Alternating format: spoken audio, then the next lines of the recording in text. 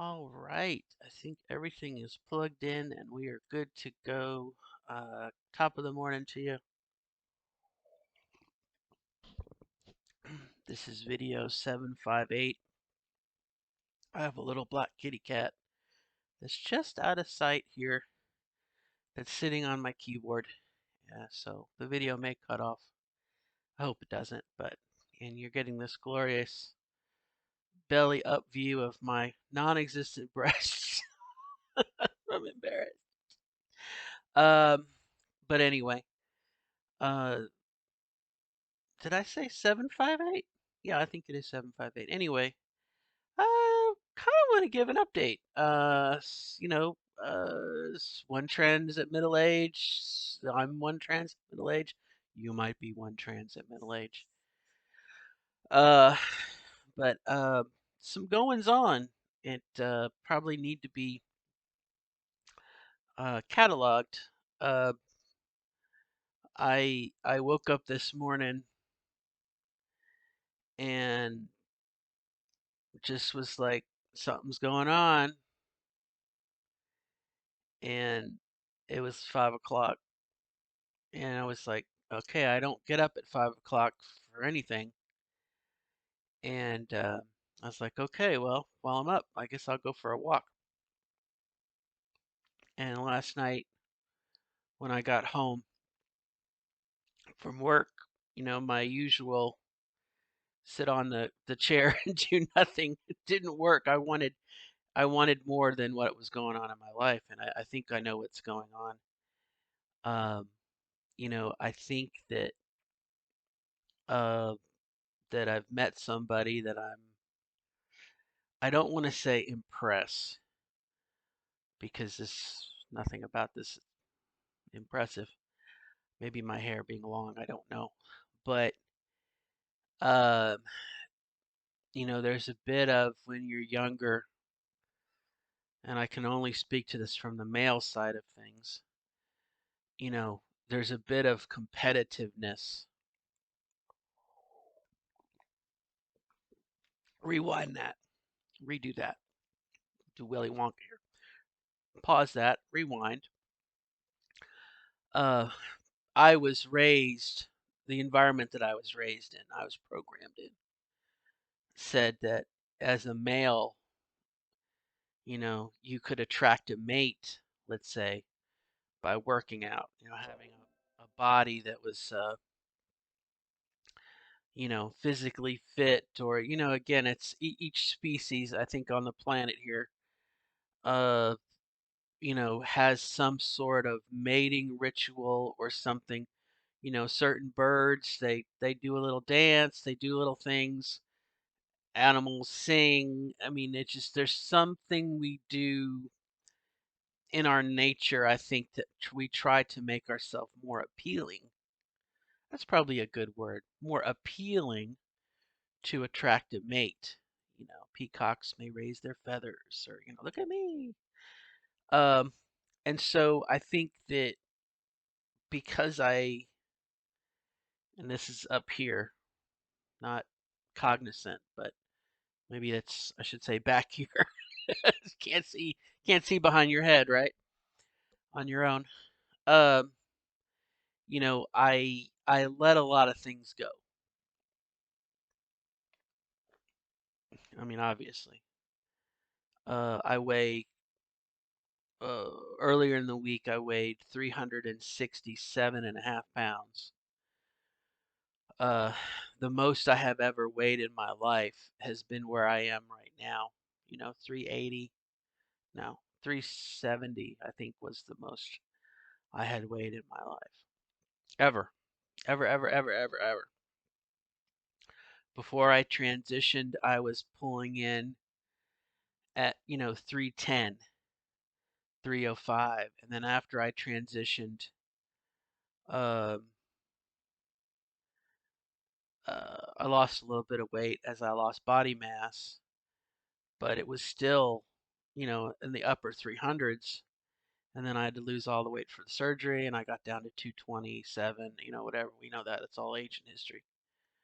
But, you know, I think there's something that maybe when we're trying to be more appealing to someone else.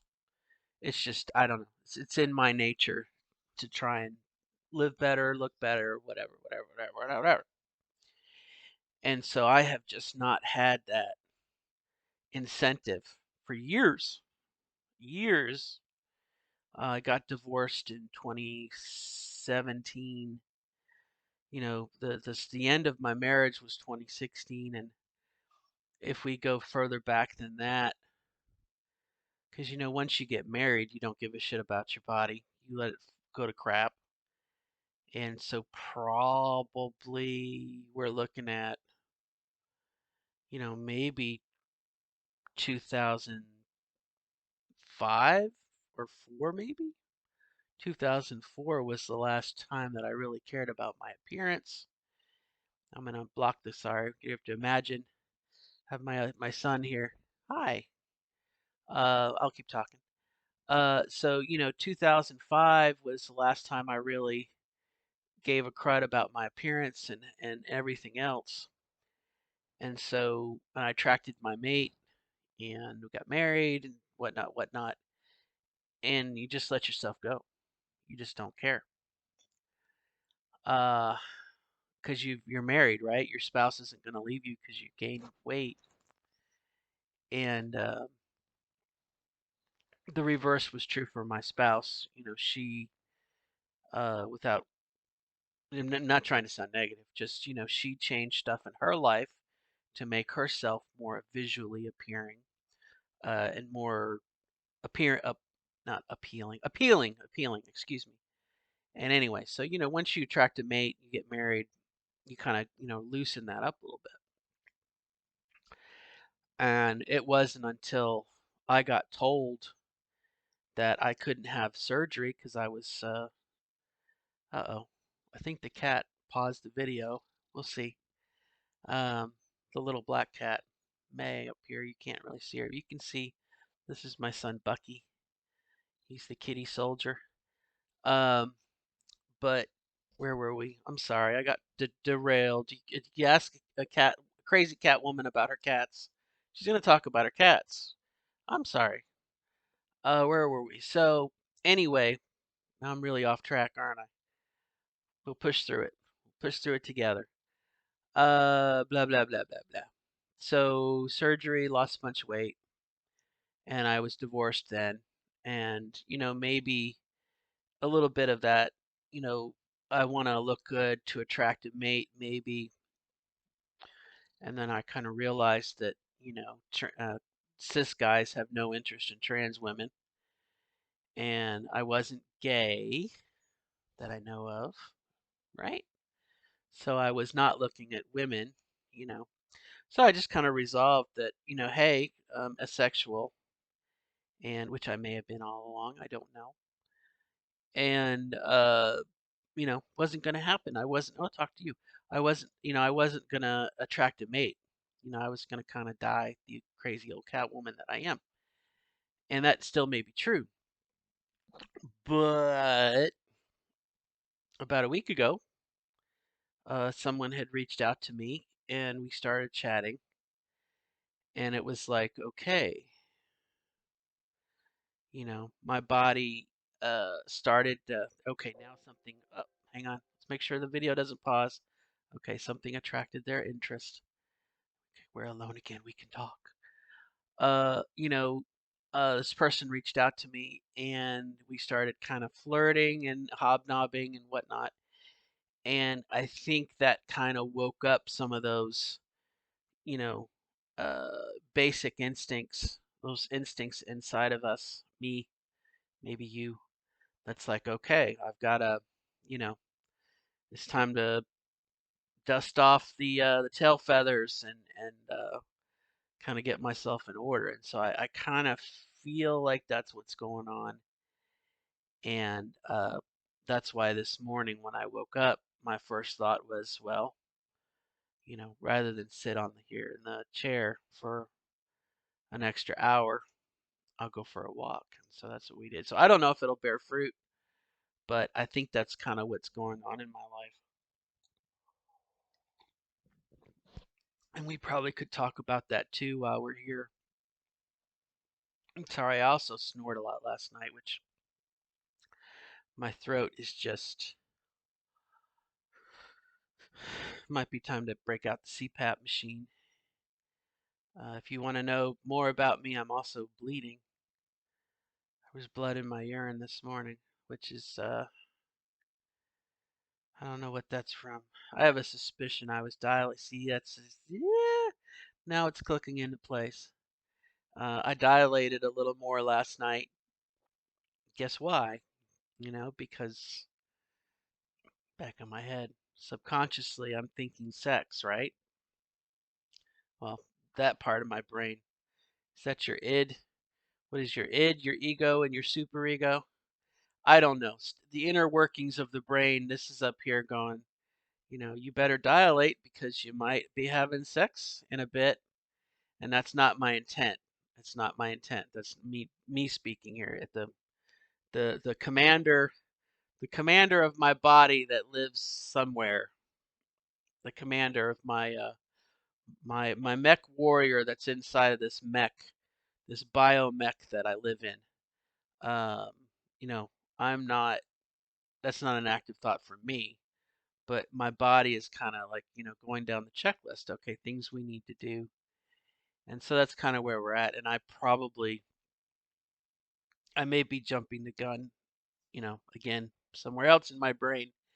But it's just that idea of someone has shown an interest in me, and I want to, you know, I'm dusting off the cobwebs, as it were, up here, and I guess my body is kind of saying, okay, you're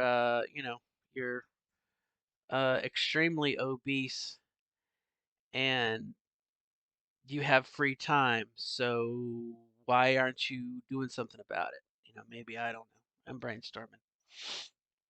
It's a half baked, might be a quarter baked idea in my head.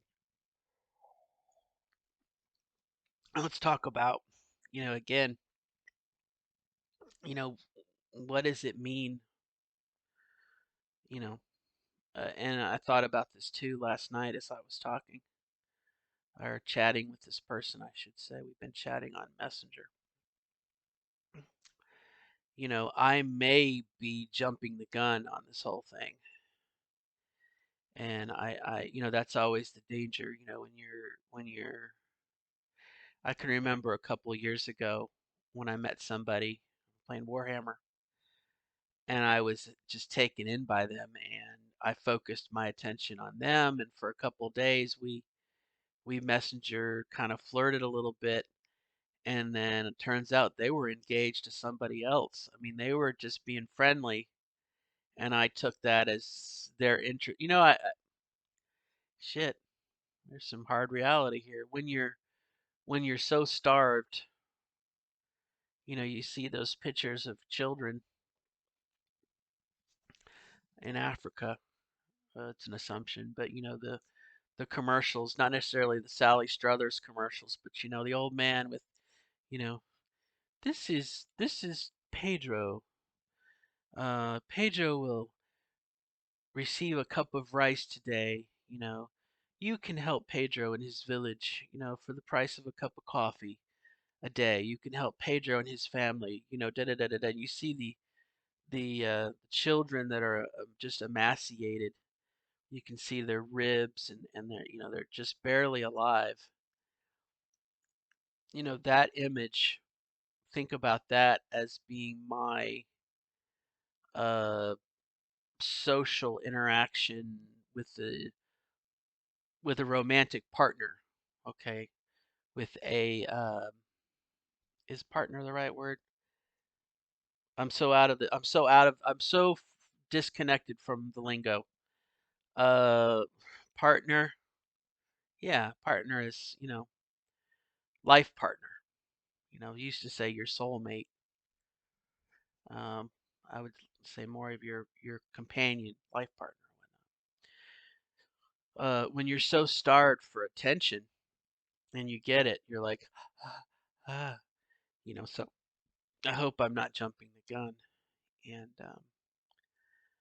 um, but that's kind of, so I've, what I kind of consider to be flirting may just be them being friendly, and I'm misinterpreting it or whatnot. I don't know. We'll see. Um, we have a date this weekend, which maybe I shouldn't call it a date. We're meeting each other for the first time, and we're gonna go for a walk, and we'll see kind of how that goes. So I have a little bit of, not apprehension or trepidation, but I have a little bit of, you know, I it's been so long since I've done this, and how I attracted my, I made mention of this I think before, is, before, when I was, how I found my ex-wife was on a Yahoo personal, but I was dating I mean, I was a serial dater. I was so, I got to the point that anyone and everyone that I could, it was like a full-time job. I was looking every day. I was on multiple dating sites and whatnot, and it was like, a job interview. I was a job seeker. I was sending out my resume to, like, just everybody, and I literally would, I learned a couple things. I learned that, you can only spend so much time in the chat, and it's really to your advantage. You can learn a lot about a person through chatting, which I guess would nowadays be Messenger. But the sooner you can meet the person in a very safe place. For me, it was Applebee's. Applebee's was my safe spot. I made mention of this before, video. Applebee's, there's the main entrance, and then usually there's a back entrance. Uh, Not that I ever used it, but if there's multiple ways out, and so you literally, not that I ever did this, but you literally can sit down at a table with somebody and leave them. Not that I ever did that. I didn't. I was, but it was the kind of thing, like, I kind of made it a point of, I was not going to sit and chat with someone for more than a week. Not that I kept a calendar and a schedule to it, but just mentally, as soon as I could meet them, that's what I wanted to do, because uh, I think we can kind of trick ourselves somewhat. When we're in that first few stages of a relationship, we can, when we're asking questions and we get asked questions, we're talking about ourselves. And again, for someone who is attention starved, it's very, the chemicals get in your brain and you get happy. And so you have that, honeymoon part of that relationship where you're like, "Oh, I really like Susie, or I really like Joe. They seem to be so into me." Well, all you're doing is talking about yourself. And so it kind of gets your ego and, this up here going. And I think once you meet someone face to face, you can still kind of do that. But for me, I'm very uh, visual, and I can, I tend to read people's body language, and definitely their voice, their inflection, and those second tier clues as to what's going on with somebody. And if all you're doing is texting or chatting, you don't have that confirmation. As well as, for me, like I said, I was 300 and I was 320 pounds of maleness, and so, someone may not be attracted to me in that way, and I wanted to get that. I wanted to get that out of the way. I wanted to, not screw around in this initial part. I wanted to talk and then meet, and I literally would do 2 or 3 a week. I would go to Applebee's. If I could find an Applebee's near where they were, or this being Louisville, things are pretty close. That's kind of what I would do. And so, yeah, it was almost like an interview. It sounds like an interview process, doesn't it? We text and then we come in and we meet face to face. And if I don't like you, flush it. And I got flushed a lot. So I guess what I'm driving to is, it's kind of a numbers game. The more you get yourself out there and the more you meet, the more you increase your probability, your chances of meeting someone that you're going to make a mental connection with. And then I guess beyond that, it's physical or whatnot. Uh, and I don't know where we were driving with this. I don't know where I was driving the bus, folks. Uh, so anyway, so this time around, that was before. So between then and now, I transitioned. I'm woman full time at GCS. Different, totally different circumstances. And so, I really am much more upfront and definitely the dating that I did around the time that I had my surgery, like three or 4 years ago. Uh, I thought, hey, I have this vagina now. Sorry, I'm going to use some big words here, some adult words. Um, now that I have a vagina and a clitoris, I have a little red Corvette. I want to get some action, thinking that's how it worked. And I found out that's not how it works. At least not in my experience and in this day and age where we are right now, 2020. But things are changing every day. You know, cis guy again is you know, well, if you were ever you were ever immersed in the male world, even if you're trans woman, you know that guys think with their dicks, and it's almost like if they can't eat it or shit on it, if they can't eat it, what my grandmother used to say, guys, if they can't eat it or piss on it or fuck it, they're not interested in it. And so I get that sexual drive going. But anyway, sorry, this is a long little circle drive around. Um, so how are things different now? I'm much more honest and upfront. And a good friend of mine, Jamie Cannon, she's a beautiful angel.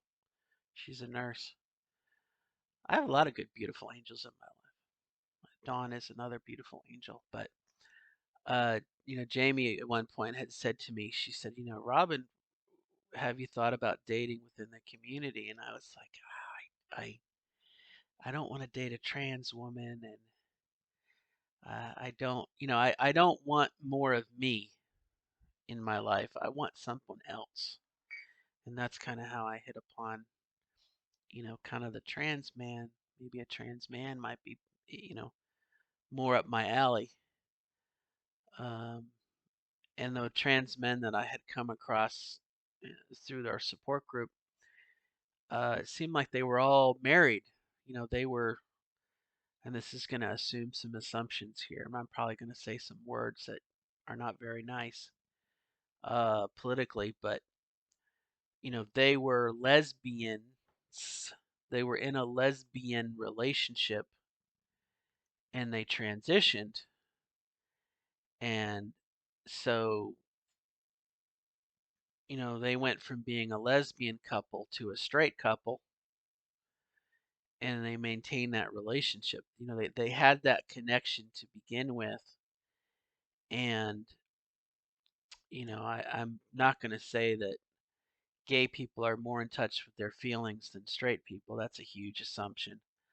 But when you have there's some sort of solidarity, if you'll pardon my assumption, and probably again not my vulgar language, but there is some sort of cohesion that I have seen between lesbians that I've not seen in the cis world, like a man and a woman. There's just not, and I apologize for I'm not trying to make well, maybe I am trying to make a broad statement. Anyway, So couple, one of them transitions and they still maintain a friendship or are still in love, you know. And so it was just one of those things. I was like, well, fuck, you know, I'm screwed. I'm I'm those are probably not too good words. I'm out of luck. I am the probability is low. Okay, we'll say that. And so it's just one of those things I had kind of given up on it. And in the last week, it's like, you know, kind of like I said, dusting off the resume, dusting off, in this case, dusting off my walking shoes. And so we'll see. That might be the incentive that the body here needs for me to get off my ass and lose some weight. I don't know. I don't know. So, you know, that's going to be a benefit. You know, that's going to be a benefit. And like I said, I might be jumping to a lot of conclusions, and I don't mean to, but I'm not going to know unless I try. And part of me is somewhat afraid that, you know, I'm going to meet with them this weekend, and you know, they're not going to like me, or I'm not going to like them. You know what I mean? It's just there's so much there's only so much you can do with the texting. And when you meet, you know, much like I described before, I wanted to meet the person because I wanted to get a vibe of their personality, and you know what sort of you know their aura, for lack of a better word.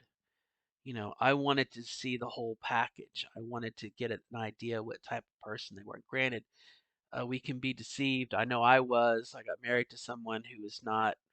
We were not compatible. But you know, it's like the acid test. It's where the rubber meets the road. It's where theory stops and reality begins. You know, and so like I said, I'm kind of curious, but I'm a little afraid because you know right now for the last couple days I've had this just wonderful conversations, and I'm interested, and here's someone who I've kind of we've made a connection, and I guess maybe we can still be friends or whatnot.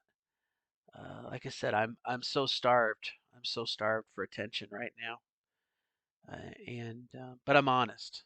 You know, I'm honest, and I definitely want to be honest. And they might be a subscriber to the channel here, so they and we watch the video and go, "You little schnot." Uh, so I want to I'm going to keep some distance here. I'm not going to go into who they are and whatnot. Uh, Privacy concerns, but uh, I am curious, you know, and it's a milestone. It's something to be on this channel just as an occurrence, and maybe a little bit of hope too, because I had written it off as not going to happen. But obviously, you got to be friends first. You got to have that rapport, and talking with them has definitely made me analyze a lot in my own life. And it took me last weekend. I was like, once they reached out to me on Saturday, and we talked till like 2 in the morning, you know, Sunday morning over the internet or texting. Sunday was a big processing day. Sunday was a big, you know, okay, I have to rethink this. I have to come up with some protocols. I have to key some script, some code here, you know, to analyze and look at this and see kind of what's going on, because I didn't want a repeat. Like I said, when I met my ex-wife, I told her I was trans, but I didn't know when I was going to transition. So I was very honest with her, and she was cool with it. But then when I actually transitioned, she wasn't. And so this is kind of like a lot of full disclosure up front. I'm transgender, da da da da da da da da da. And like I said, I might be making more of it. Part of me is like, I hope I'm not, because it would be nice. It would be nice to, hook up with someone. Maybe that's a bad word too. I really would like to have a partner,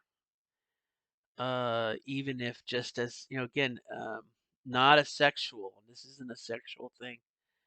I think I'm demisexual, technically the term, but um, it's just it's a milestone in my life, and I guess that's kind of why I'm here on the channel today. So don't give up hope. But I know statistically we've got, like, what is it, an 11% or point? I forgot the statistics. I'd have to go back and look at the study that was done. As far as trans women goes, we have, like, you know, less than, uh, I think it was 1.1% chance of meeting some. I mean, by this study that was done. And so it's such a rare occurrence. This is like watching a meteor, and so part of me is like, I hope there's more to this. I hope this isn't a flash in the pan. But it definitely gave me the incentive to get off my butt and do something about it. And I think that's why kind of I got up this morning and went for a walk, and why maybe some of my hobbies slash distractions, time killers last night. I didn't have an interest in. I was interested in talking with my new friend, and again, uh, another thing. I guess I probably should split this into two videos. I'm sorry. You know, they're woo kitty cat. Don't pause the video. You can't see her, can you? You can see her ear. No, here's her tail. No, here's her tail. Um, they are transitioning to. I'll give you a little more information, just as context. No, thanks, guys. Uh, and I don't want to affect their transition. You know, they are, um, they're learning more about themselves. He's gonna go to sleep. Isn't he wonderful? It's my youngest son. Sorry again, cat women, old cat ladies. We talk about our cats. Um, he, my friend, he is learning more about himself, and much like we, I'm assuming you're trans as well. We learn, we so much changes. The person we are going into our transition is not necessarily who we are when we come out, and our tastes change, our preferences change. And so, I want to give them the latitude and the freedom to discover for themselves what they want, you and I don't know. So it's open-ended freedom, you know. But like I said, part of me, there's a little girl in me jumping up and down right now. Going, maybe this is the one. This is what was the commercial? The board game. It was a mystery date, I think. The girls are playing the board game, and it's a guy, and it's mystery date, and you're like, this could be the one. This could be Mr. Right. This could be the man of my life. You know. And so I don't know, just a little bit of a stimulant in my life maybe is the short of it right now. There's a little bit of stimulant, a little bit of catalyst for kind of saying a catalyst for change. That might be an oxymoron. No, not an oxymoron. An obvious thing. Um, you know. And as far as, like I said, a relationship goes, may end up being a friendship. It may go nowhere. It could be, it could be, this is the one that assumes there's only one. You know, there can be only one. Mm. So anyway, I've got to get to work, so I got to cut this off. But I just wanted to record the milestone, let you know kind of what happened, and we'll see how it goes. It definitely opens up a can. Um, I've always kind of wondered, what it would be like to go in the reverse direction. And that assumes, mistakenly, I might add, assumes that trans women and trans men go through the same process, just, you know, uh, with some assumptions. I can't imagine being born with breasts and a vagina and wanting to change it because that's what I've always wanted. And yet, flip that around. Could you imagine, you know, being born and wanting the other? You know what I mean? And all of the effort that it takes and the expense to correct that or change that with GCS. And I've said this before. I wish we could just, kind of like a light bulb, you know, uh, uh, there would be like organ donors. We would get in a database, and so like, I want breasts. They have breasts. And so, it's like screwing a light bulb. We go into the operating room together, and the surgeon's like, okay, I'll, unscrew, put it in the other one. You know, wouldn't that be kind of a hoot? You know, but that's not the way our bodies work, unfortunately. You um, I would gladly give them my penis if I could have their vagina. You know what I'm saying? Like, it would be cool if we could do that. Take Dr. Seuss's book where you had the creatures that wanted the star, and the other ones who didn't want the star, and they would pay the money to go through the machine, and they would come out with the star or not without the star. If that was something that was able to do, that would be kind of neat.